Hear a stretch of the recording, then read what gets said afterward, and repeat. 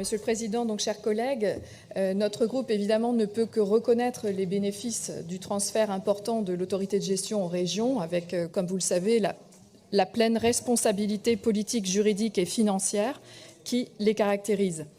Mais nous sommes aussi obligés de constater que cette décentralisation a été complexe, avec à la fois un manque de moyens humains et techniques qui s'est ajouté avec un système de gestion informatique peu adapté, comme cela a été rappelé tout à l'heure.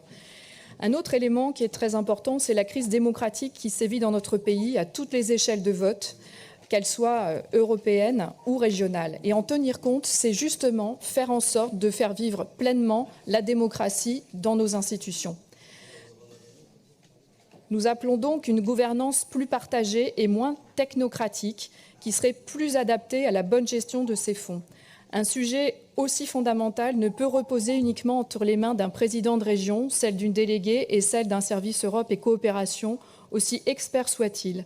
Cela ne le rend pour nos concitoyens ni appropriable ni transparent. Et d'ailleurs, il s'agit bien, dans le cadre de ce règlement, d'une possibilité et non pas d'une obligation. Si nous voulons que l'Europe soit aimée, il faut la sortir de son enclave technocratique. Rappelons les sommes en jeu. 84 millions par an sur la période FEADER 2023-2027.